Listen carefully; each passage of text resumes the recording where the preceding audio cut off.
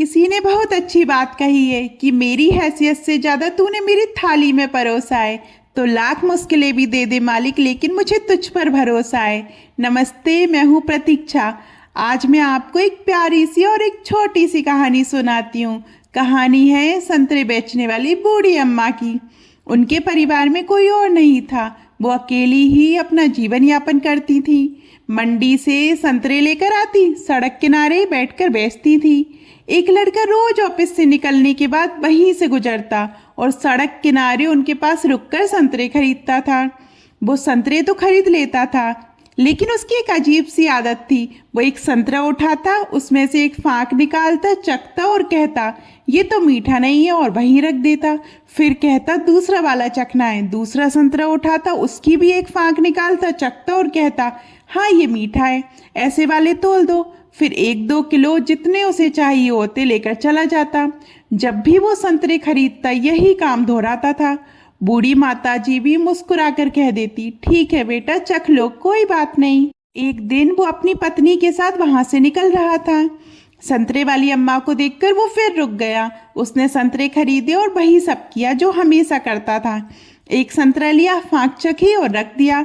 दूसरा लिया, फांक चखी और कहा, ये वाला ठीक है। उसकी पत्नी ने भी संतरा चखा और कहा, हाँ मीठा है। फिर दोनों वहां से चले गए।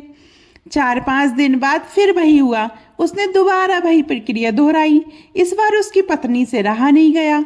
उसने कहा, संतरे तो मीठे ही होते हैं, फिर तुम बार बार ये नाटक क्यों करते हो? चखते हो, रख देते हो, 2-2 संतरे खराब कर देते हो। उस व्यक्ति ने कहा, घर चलो फिर बताऊंगा। घर की ओर जाते हुए उसने कहा, मुझे पता है संतरे बहुत मीठे होते हैं, बहुत अच्छे भी होते हैं, लेकिन मैं क्या करता हूँ जानते हो? वो जो बूढ़ी अम्मा है वो अपने लिए कभी संतरे नहीं रखती। उन्हें तो सब बेचना होता है, तभी घर चलता है, तो वो इतने मीठे संतरे अपने लिए कैसे खाएं?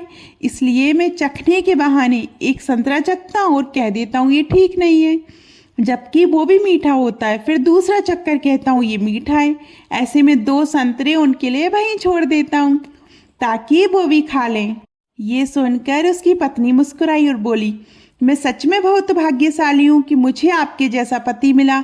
आप बहुत नेक दिल इंसान हैं। उधर संतरे वाली बूढ़ी अम्मा के पास ही एक सब्जी बेचने वाली महिला बैठती थी।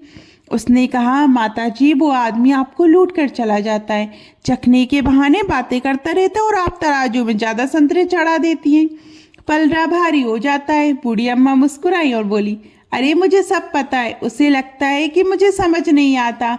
वो मुझे खिलाने के लिए ऐसा करता है, उसका प्रेम है मेरे लिए, और मेरा भी तो प्रेम है ना उसके लिए। मैं भी उसकी बातों में लगी रहती हूँ और थोड़ा थोड़ा ज़्यादा संतरे रख देती हूँ। वो 1 किलो मांगता है तो थोड़ा ज़्यादा कर देती हूँ, 2 किलो मांगता है तो और ज़्यादा कर देती हूँ। वो अपनी ओर से प्रेम दिखाता है तो क्या मैं प्रेम नहीं दिखाऊंगी? ये बहुत छोटी सी कहानी है, लेकिन इसका सार बहुत बड़ा है। छीनकर खाने वालों का पेट कभी नहीं भरता और बांटकर खाने वाले कभी भूखे नहीं रहते। इसलिए बांटकर खाना सीखिए और खुशियां बांटना शुरू कीजिए। आपको ये कहानी कैसी लगी कमेंट में ज़रूर बताइए, और अभी तक आपने हमें फॉलो नहीं किया है, सब्सक्राइब नहीं किया है तो जल्दी कीजिए। धन्यवाद।